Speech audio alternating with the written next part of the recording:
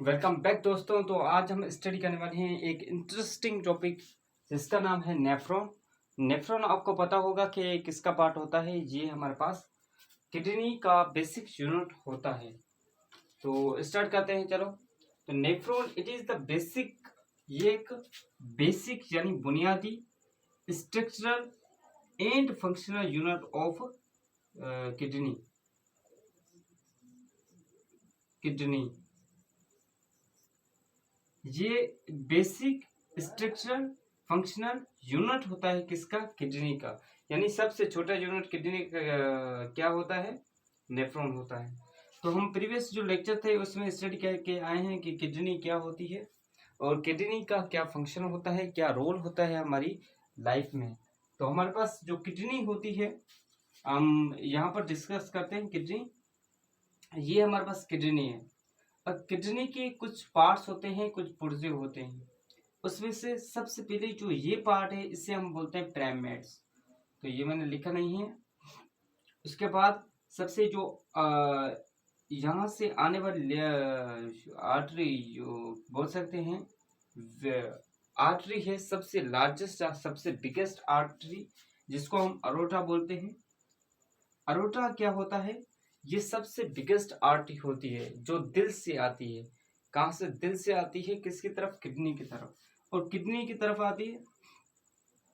उसके बाद आती है वेना केवा। वेना केवा ये एक वेन होती है जो हार्ट से बड़ी किडनी की तरफ आती है। तो ये क्या करती है? अब दोनों का काम देखना। जो वेना केवा होता है वो कन्वर्ट हो जाती है वेन में। वेना केवा कन्वर्ट हो जाती है वेन में, यानी उसको ब्रांचेस, जो वेना केवा की जो ब्रांचेस है वो क्या क्या है? वेन है। जो अरोटा है उसकी ब्रांचेस क्या है? आर्टरी है। तो अभी जो आर्टरी है वो ऑक्सीजनेटेड ब्लड कैरीज करती हैं, यानी वो ऑक्सीजनेटेड, जिसमें ऑक्सीजन होगा वो ब्लड लेंगी। कौन सी? आर्टरी। और जो वेन होगी जिसमें ब्लड नहीं होगा या डीऑक्सीजनेटेड ब्लड होगा उसको कौन कैरी करेगा? वेन कैरी करेगी। तो यहाँ से जो वेन के अंदर अनफिल्टर्ड ब्लड था उसने क्या किया? किडनी को दिया।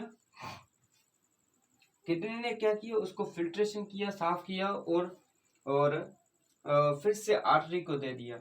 और उसमें जो वेस्ट मटेरियल बने वो किससे? पेल्विस में आ गई। पेल्विस से यूरिटर, यूरिटर से बाद यूरिनरी ब्लैडर, और यूरिनरी ब्लैडर से यूरिथ्रा, यूरिथ्रा से फिर रिमूव। तो अभी किडनी का फंक्शन क्या था? सबसे पहले क्लीनिंग करना, फिल्ट्रेशन करना, वेस्ट को रिमूव करना। ये तीनों काम हो रहे हैं, यानी क्लीन कर रही है, फिल्ट्रेशन कर रही है और दूसरा वेस्ट मटेरियल को रिमूव कर रही है। तो अभी जो यहाँ पर देखो ये है पिरामिड्स। अभी पिरामिड्स को थोड़ा जूम करके दिखा है हमने। पिरामिड को क्या किया है? जूम किया है। जूम करने के बाद यहाँ पर हमें एक साइंटिस्ट ने बताया था जिसका नाम था मार्सेलो मल्फेगी। ये एक साइंटिस्ट था जिसने डिफाइन किया था बेसिक यूनिट ऑफ नेफ्रॉन, यानी जो बेसिक यूनिट होता है किडनी का जिसे हम नेफ्रॉन बोलते हैं, उसकी स्ट्रक्चर को सबसे पहले मार्सेलो ने डिस्कस किया था। उसके बाद हम नेफ्रॉन की स्ट्रक्चर पर आ जाते हैं। नेफ्रॉन की स्ट्रक्चर क्या होती है? सबसे पहले जो आपको ट्यूब नजर आई है इसे हम क्या बोलते हैं? आर्टरी बोलते हैं। ये जो स्ट्रक्चर आपको नजर आ रही है इसे हम बोलते हैं आर्टरी। और ये हमारे पास कौन सी है? वेन है। और इसके ऊपर एक कप लाइक स्ट्रक्चर है, इसे हम बोलते हैं बूमेन कैप्सूल। और बूमेन कैप्सूल के अंदर एक कुछ कैपिलरीज या कुछ जाल बिछा होता है, उसको हम बोलते हैं ग्लोमेरुलस कैपिलरीज। उसे हम क्या बोलते हैं? Glomerulus capillaries. उसके बाद जो ग्लोमेरुलस कैपिलरीज होती हैं वो वुमेन कैप्सूल जो कन्वर्ट हो जाता है, यहाँ पर वुमेन कैप्सूल, यहाँ पर उसके अंदर कैपिलरीज, कैपिलरीज के बाहर जो वुमेन कैप्सूल है वो कन्वर्ट हो जाता है टब्यूल्स में से। और जो फर्स्ट टब्यूल होती है, यहाँ पर फर्स्ट टब्यूल आपको नजर आ रही है, फर्स्ट टब्यूल जिसको हम प्रॉक्सिमल टब्यूल कहते हैं, यहाँ पर उसके ऊपर कैपिलरीज का जाल होता है, यानी यहाँ पर भी जाल है, इसके ऊपर भी जाल होता है। जो प्रॉक्सिमल टब्यूल के ऊपर कैपिलरीज का जो जाल होता है वो रीएब्जॉर्ब करता है किसको? सबसे पहले वाटर को, उसके बाद अमीनो एसिड को, उसके बाद ग्लूकोज को। ये तीन चीजें इंपॉर्टेंट होती है जो सबसे पहले ही टब्यूल में ये एब्जॉर्ब हो जाती हैं। उसके बाद हमारे पास लूप ऑफ हेनले आ जाता है, यानी यू लाइक स्ट्रक्चर आपको नजर आ जाती है, इसे हम बोलते हैं loop of Henle. Loop of Henle जो होता है वो क्या करता है, उसका काम क्या होता है, उसका काम होता है, जो लूप ऑफ हेनले होती है वो हमारे पास साल्ट को क्या करती है, ऑब्जर्व करती है। उसके बाद हमारे पास दूसरी चीज आ जाती है, उसके बाद कलेक्टिंग, यहाँ पर देखो डिस्टिल सब्यूज। उसके बाद you like loop of Henle के बाद एक स्ट्रक्चर आती है आपको, या एक दूसरी टेब्यूल नजर आती है, इससे हम बोलते हैं डिस्टल टेब्यूल।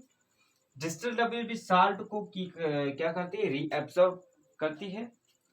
उसके बाद हमारे पास ये आपको स्ट्रक्चर नजर आ रही है, इससे हम बोलते हैं कलेक्टिंग डक्ट।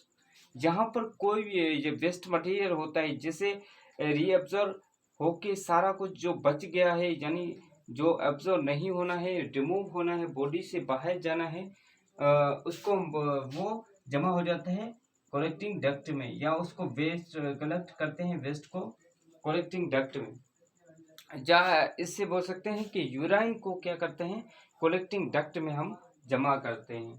तो यही थी हमारे पास नेफ्रॉन की स्ट्रक्चर और उसके मेन जो ट्यूब्यूल्स हैं वो, और हमारे पास ये हैं उस दोनों की आर्टरीज। और यहाँ से जो ब्लड है वो फिल्ट्रेशन होके यहाँ से आर्टरी से निकल जाता है। ये हमारे पास क्या थी, वेन थी, इसके बाद आर्टरी है। यहाँ पर मैंने पहले बोला था ये आर्टरी है, बट ये नहीं है। यहाँ से ये क्या है, वेन है। वेन से क्या कर रहे हैं, ब्लड लेके जा रहे हैं। तो आर्टरी क्या कर रही है, ब्लड को लेके जा रही है हार्ट तक, और जो वेन है वो ब्लड को लेके आ रही है किसकी तरफ, नेफ्रॉन की तरफ। तो यही थी हमारी स्ट्रक्चर। ऑफकोर्स आपको लेक्चर समझ में आया होगा। समझ में आया है तो अपने दोस्तों के साथ शेयर कीजिए और हमारे जुड़े रहिए हमारे साथ। तो आगे बढ़ते रहिए और अपने फ्यूचर को संवारते रहिए। Thank you.